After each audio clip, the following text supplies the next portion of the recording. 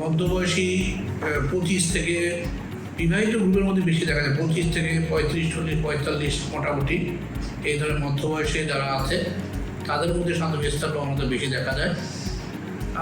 মেস্তার অনেক ধরনের কারণ আছে, কিছু কারণ ফ্যামিলিয়াল বা পারিবারিক বা বংশগত, কিছু কারণ আছে হরমোনাল। প্রেগনেন্সি বা তার আশেপাশেও সাধারণত আমরা মেস্তার প্রবণতা দেখি।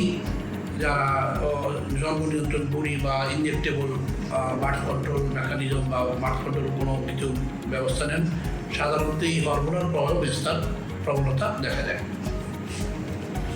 আমার অভিজ্ঞতায় বলে যে যত ধরনের কসমেটিক খাত আছে, যেমন ধরেন চুলের প্রবলেম বা তিল বা মূল বা স্কিন ট্যাগ বা ব্রণ বা ব্রণের ক্ষত বা মেস্তা এই জাতীয় বা স্ট্রা বা ত্বক ফেটে যাওয়া, যত ধরনের চিকিৎসা আছে এর মধ্যে সবচেয়ে কঠিনতর চিকিৎসা, এটা আমি ইন মাই ওপিনিয়ন অ্যাকচুয়ালি, সবচেয়ে কঠিনতর চিকিৎসাটা আপনার মেস্তার চিকিৎসা।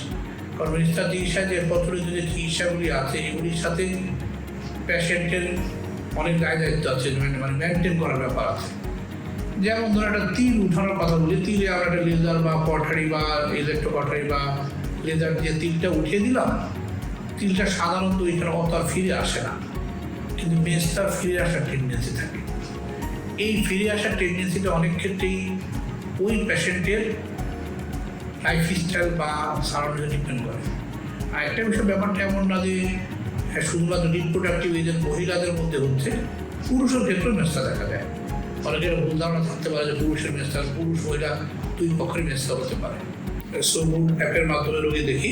আপনারা যারা আমাদেরকে অনলাইনে দেখাতে চান, সোবুট অ্যাপটা ডাউনলোড করে আমাদের সাথে কানেক্ট হতে পারেন। আশা করি একটা ভালো মানের সেবা দিতে পারবো। সালাম আলাইকুম। So good.